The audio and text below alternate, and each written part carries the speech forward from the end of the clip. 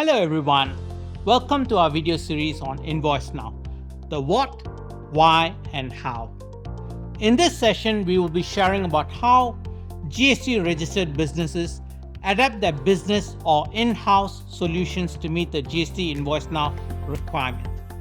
Please note that for a full understanding of what is expected, you can refer to IRAS's e-tax guide, Adopting GST InvoiceNow Requirement for GST-registered businesses, which can be found on the IRAS website. This video is designed to help inform you of system-related changes required to comply with the requirement. It is useful that you have completed viewing our earlier videos, working with a PEPAL format, and solution integration and enhancements. The two videos listed cover the fundamental knowledge that will help you to better understand this video. If you have not done so, we encourage you to do that first. Continuing on, this video has three main sections. 1. Understanding the overall system. 2. Preparing the invoice data for submission and transmission. 3. Reporting, reconciliation and other information.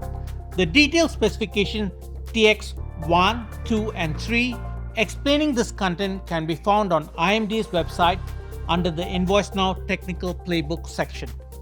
Let's jump right in. By now, you should already be very familiar with the four-corner architecture of InvoiceNow network, which is also referred to as the PEPAL network.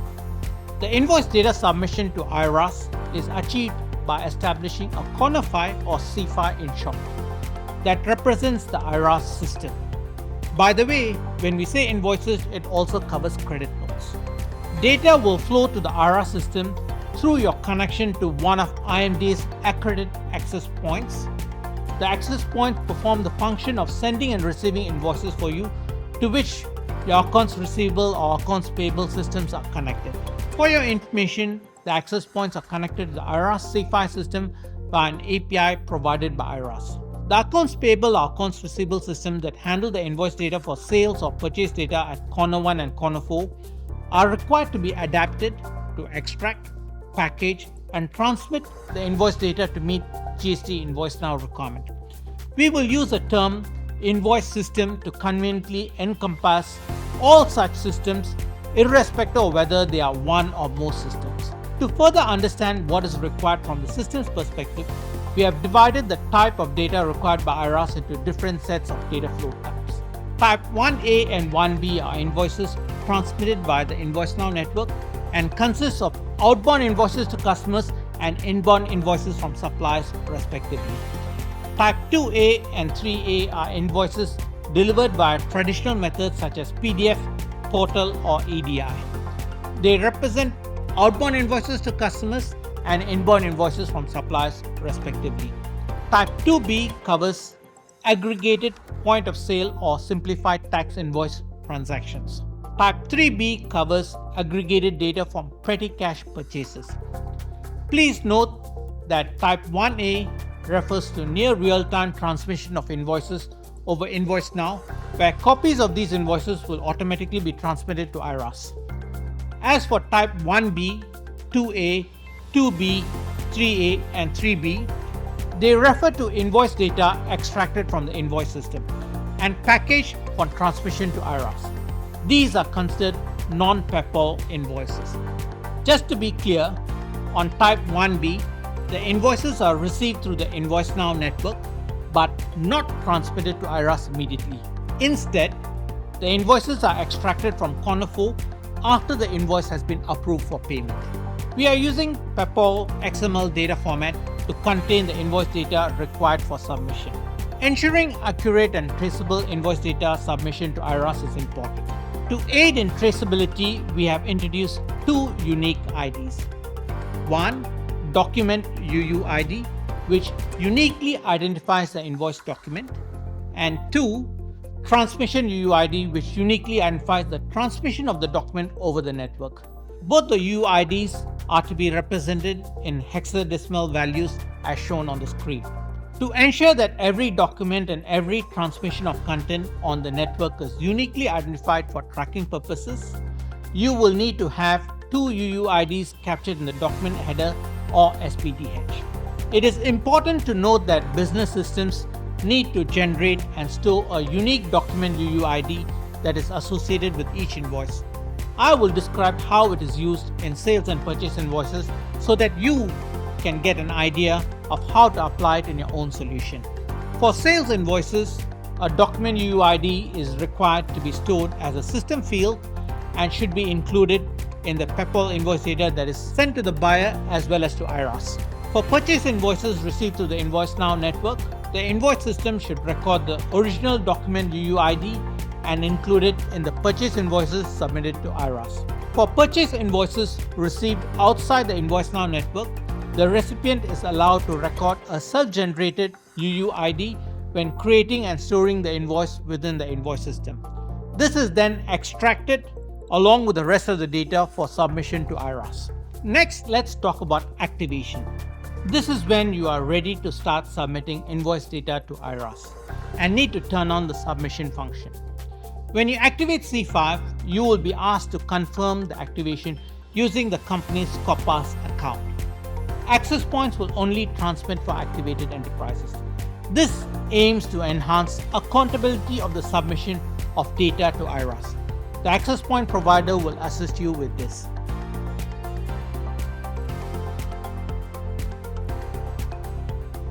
In this section, I'd like to first talk about GST category codes, a crucial element of C5 compliance. GST-registered businesses are required to transmit to IRAS all invoice data except for excluded transactions. These are specified using GST category codes. While you may already have these codes in your invoice systems, you should ensure that you are aligned with IRAS's set of codes, as C5 will only accept the official set. If for some reason you have a different set of codes internally, you are expected to maintain an updated mapping table to ensure that invoices with the officially accepted codes are sent to IRAS. The guiding principle here is to submit the entire invoice whenever your invoice has a line item that falls within the scope of GST InvoiceNow requirement. While IRAS requires invoice data according to a subset of GST categories, businesses may opt to transmit all invoices if doing so eases your compliance burden. Next, I will now dive deeper into data packaging according to the specifications. The full details of the data specifications can be found in the annex of the TX2 document.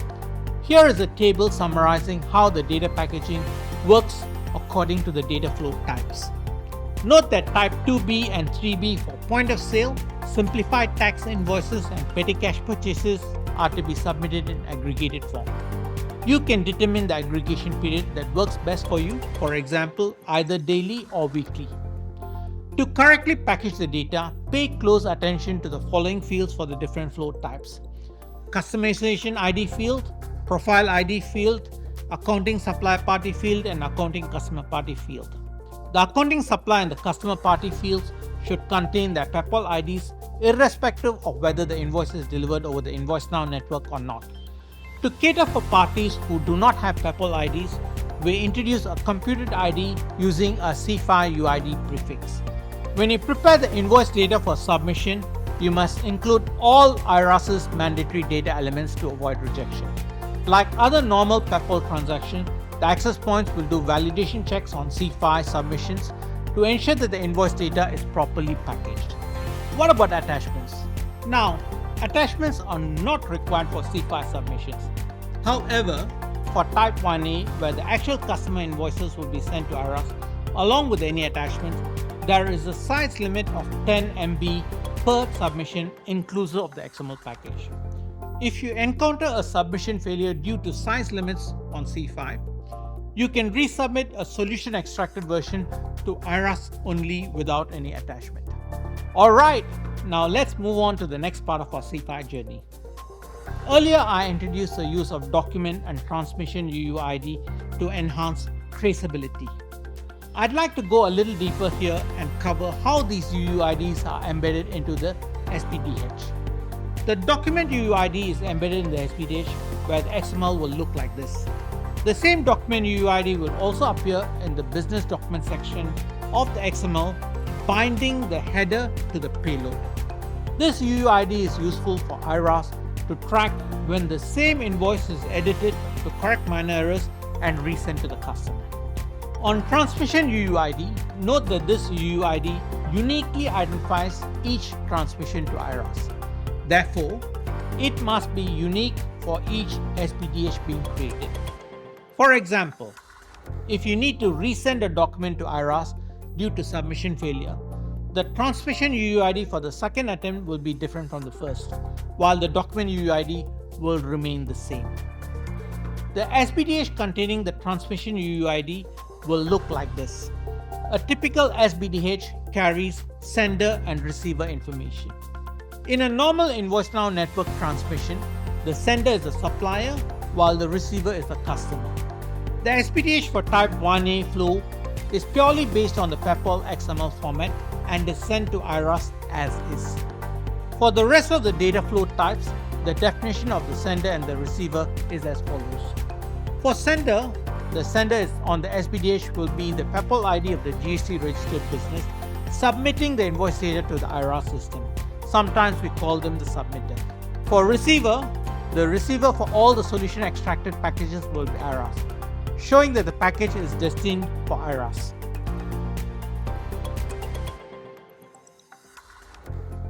Now let's talk about reporting of transmissions to ensure that the businesses are well equipped to handle any issues that may occur. Your access point captures important details for each transaction, including document and transmission UUID, submission time and date, source and destination, status of the submission, acknowledgement for IRAS. In a successful scenario, for each invoice that has reached IRAS, you will receive an acknowledgement ID back from IRAS through your access point, which businesses should store. But there may be times when the submissions run into problems. A proper error management process should be established to handle these problems. Let's see what can be done at different stages when an error occurs. Your own invoice system should run checks during invoice creation. If errors are detected early, you should be able to fix the issue before submission. Access points will run validation checks upon receiving the invoice from you. If the access point detects error, it will report the error back to you for rectification, and the invoice will not be submitted to IRAS. If the invoice data passes your access point but is rejected upon submission to IRAS, IRAS will provide a failure notice with information on the problem that needs correction. In all of the above cases, you will need error handling procedures to rectify the problem in your invoice system and initiate another data extraction to produce the corrected invoice data for submission. Lastly, you can also consider incorporating a GSTN check within your solution to weed out wrongful GST charges, particularly for received invoices. An API for this check is available directly from IRAS or through your access point. The periodic GST filing submitted by businesses must typically match the invoice data submitted to IRAS. If discrepancies are found, businesses can use reports of successful and failed submissions along with IRAS acknowledgements to reconcile the data and explain any differences during audits. Next, let me share some other considerations that you need to plan for. How often should you send invoice data to IRAS? Invoices that are sent by the InvoiceNow network will be submitted to IRAS near real time after C2 has delivered the document to C3. For the rest of the solution extracted data, although IRAS requires that all relevant invoices must be submitted no later than your quarterly GST return due date, we recommend a shorter period to avoid large volume of submissions and give you more time to fix problems. You can consider whether a daily or weekly submission works for you. Keeping your data flowing steadily means smoother compliance and fewer surprises during GST filing. To simplify the handling of invoice data submission and cater for different types of data flows, your access point will typically create 3 explicit channels for delivery. 1. PEPAL only channel. This is the standard channel where the invoice is only sent to the buyer via InvoiceNow network but is not submitted to IRAS. 2. CFI only channel. This is used for solution extracted invoice transactions like PDFs, POS transaction or purchase invoices where data is extracted from your system and sent directly to IRAS only. 3. PEPAL plus C5 channel. This means that the invoice is sent to the buyer via the InvoiceNow network and a copy is automatically submitted to IRAS. This is the type 1A data flow. For example, if you're using SFTP as a channel to transfer data to your access point, your AP will likely provide 3 folders to differentiate the channels. Likewise, for AP endpoints, there may be specific parameters or even different endpoints to differentiate the channels. Hence, it's important to understand how each channel fits into your business processes and map it accordingly. By choosing the right approach and validating your setup early, you'll be in great shape for a compliant C5 submission journey. Lastly, to verify that your systems are ready to support GST InvoiceNow Requirement, we have made available a set of C5 test scenarios and sample scripts that you can use to simulate invoice submissions. These scripts are designed to help you validate whether your invoice data extraction, packaging, and transmission logic meet IRAS's requirements. These tests include checking on XML formatting, GST category tagging, UUID inclusion, SBDH structure, sending channel, error handling, and response capture. You can execute these tests in the sandbox made available to your access point. By running these test scripts, you can catch and fix issues early, reduce the chance of rejection after going live, and ensure that your integration works smoothly. We have now come to the end of our video. To summarize, let's recap the key elements of a successful implementation. 1. Proper data preparation, filtering of GST category codes, extraction and packaging according to IRAS required data flows. 2. Robust checking and validation of every invoice document before transmission. 3. Clear traceability, error handling, and resubmission process.